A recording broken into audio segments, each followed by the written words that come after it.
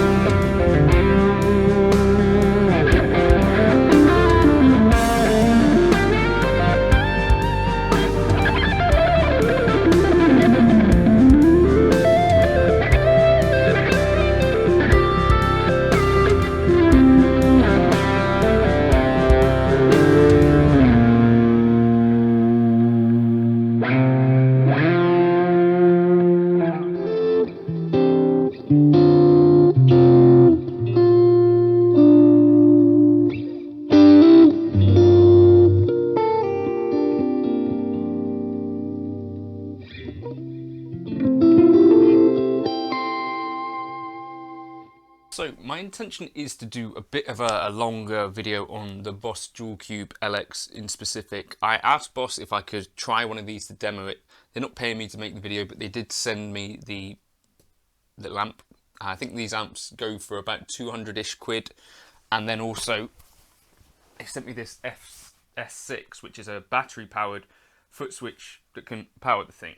But I've got an idea that I want to do a bit of a wider search for, that's flapping around in it, the kind of best practice amp on the market, because there are a few features about this that I think are somewhat unique. I could be wrong about some of this, so if you've got other options that could do this sort of thing, or your favourite practice amp, do let me know in the comments. Things that I've tried, so Vox Audio, Yamaha THR, I've got a Boss Katana Air in the cupboard, which I think is probably the most fully featured in some ways, in terms of lots of effects and stuff. A Vox, they've got their little practice amp, which does have a looper, which is one of the key things about this. I've not tried any of the positive grid stuff. Then what else? The Line 6 Spider 5 I've tried, but that's a little bit bigger than this sort of thing. So I guess in general, I'm kind of thinking about the lunchbox type thing where you've got something like this. What makes the Boss unique is that you've got a stereo input, and what you heard for the second half of that intro was me using my HX Stomp, going through here. I was monitoring it via this, and then going straight out of another unique feature of this. There's a stereo line out of the back. So basically you could just use this to amplify your modeler if you wanted to, and that's one of the key features that they chose to include in it. Aside from that, it's relatively similar to the other sorts of things on the market, right? You've got like 8 amps plus variations. You've got an acoustic sim on there, plus your normal kind of amps.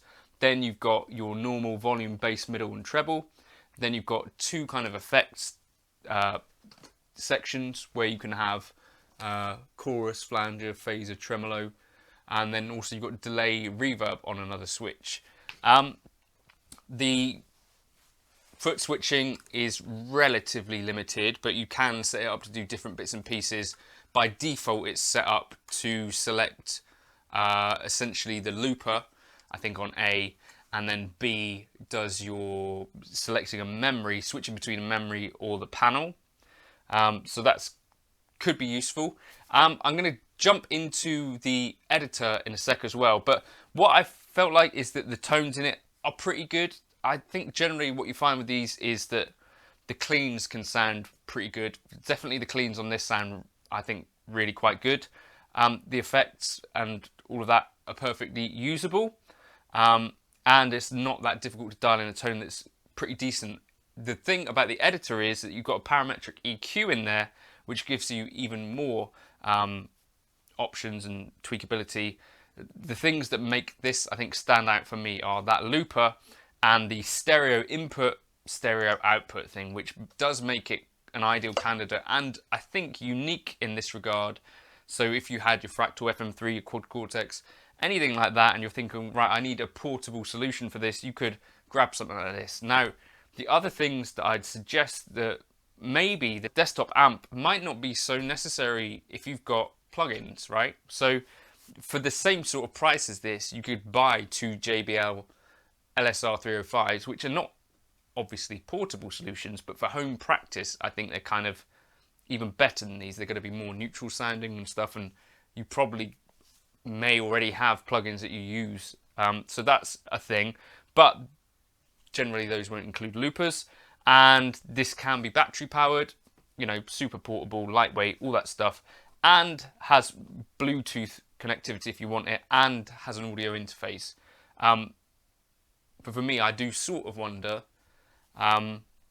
maybe a plug-in route, if you're not going to have to move it around too much, might be a better option. This could also be sort of gigged if you really wanted to, because you've got that left and right out. So quite a flexible little thing, more flexible than most of the other desktop amplifiers out there. I think it is unique in that regard, having the line outs left and right and the inputs left and right, which you can just have it set flat and send your modeler through it. Pretty neat. I'm going to jump into the editor quickly, show you some of that stuff. But again, I want to do a bit more on this kind of topic around trying to find what obviously stands out as being unique within this fairly crowded range of amplifiers. So if you've got suggestions, do let me know in the comments. We have the editor, and basically, so what you can see is for each of these amplifiers, you've got variation as well.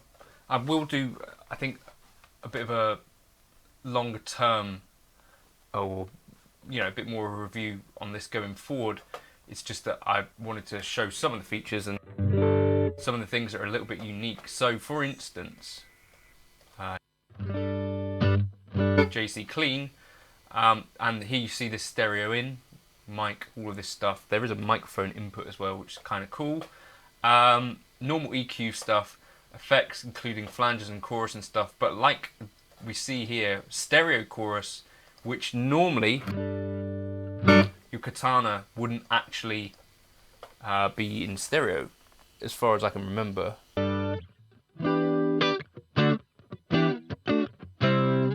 So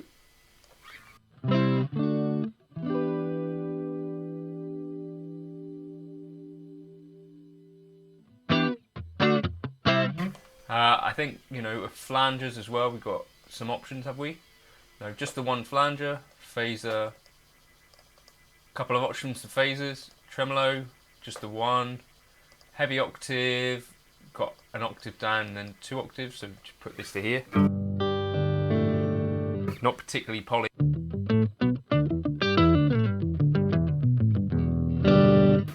Okay, then we've got a delay, lots of options here, which is cool. Doesn't look like there's anything sort of stereo ping-pongy. Let's just put the delay on.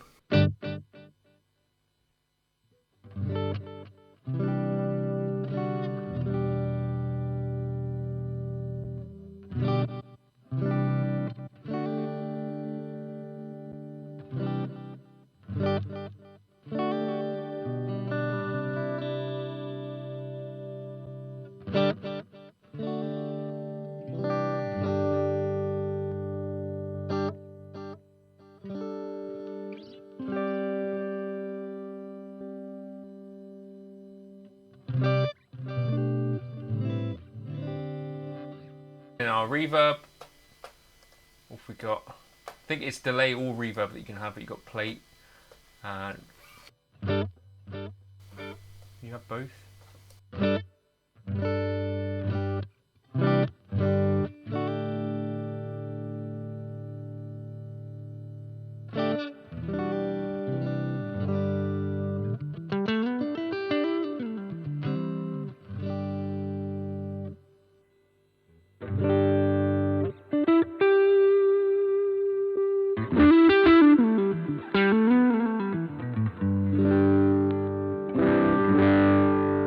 But here's some key issues or key things that we've got.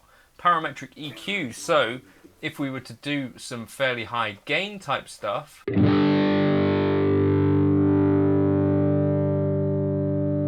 got high cut.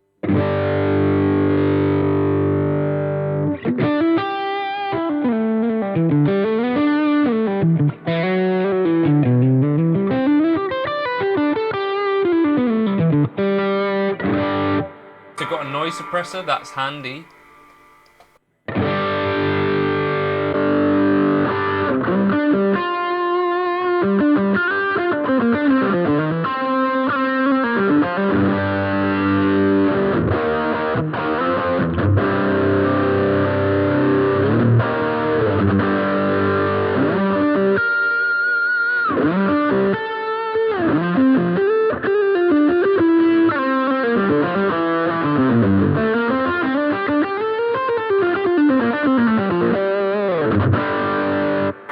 You know, like for these heavier tones, one of the key things that I often find is missing. So once you start to chuck up the gain, oftentimes you need something like this high cut or an EQ to really shape the tone in a way that works for me, so that I'm not getting loads of fizzy stuff. So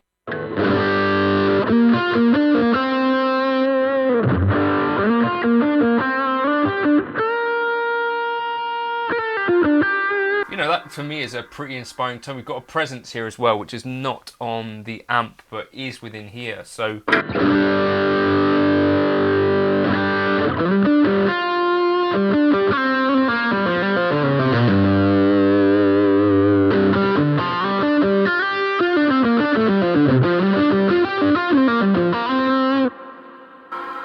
now I could just write this to be in place of the acoustic sim, patch name, Cordy lead.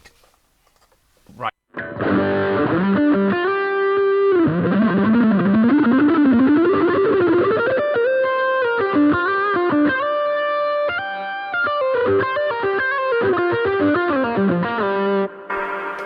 Okay, if we go into the system, this is the last thing I'll show you. You've got things like the amp battery, we've got a global EQ, really useful as well. So we've got 2 EQs. We've got, this is how we set up our foot switch. So you could have it set up to turn off different things. I've got a looper here assigned and then memory, but you could have that set up effects. One little thing missing here would be, I think, a drive pedal up front, but in some ways I kind of like the simplicity of this. Another thing missing might be the ability to run delay and reverb together, which if you wanted some of that stuff, I guess the Katana might be the way to go. But again, let me know your thoughts in the comments. Vox Audio I really liked, Yamaha THR I really liked, but neither of those guys have a looper, and the Katana Air doesn't either. The unit itself doesn't have a tuner on it either. The editor does, but that's another thing to be aware of. But yeah, I think this one stands out to me. That stereo input to be used with your modelers does seem to me to be a point of difference, and a very useful little thing, right? Because you can pass the audio through the Boss and then straight into your recording stuff, and you can even use this, you know, stereo out on 2 jacks that you could go into a PA system, go into a larger monitor. You could genuinely use this thing. But yeah, let me know your thoughts, or maybe you prefer using a plugin at home. I'd like to know what you're using. Cheers for now.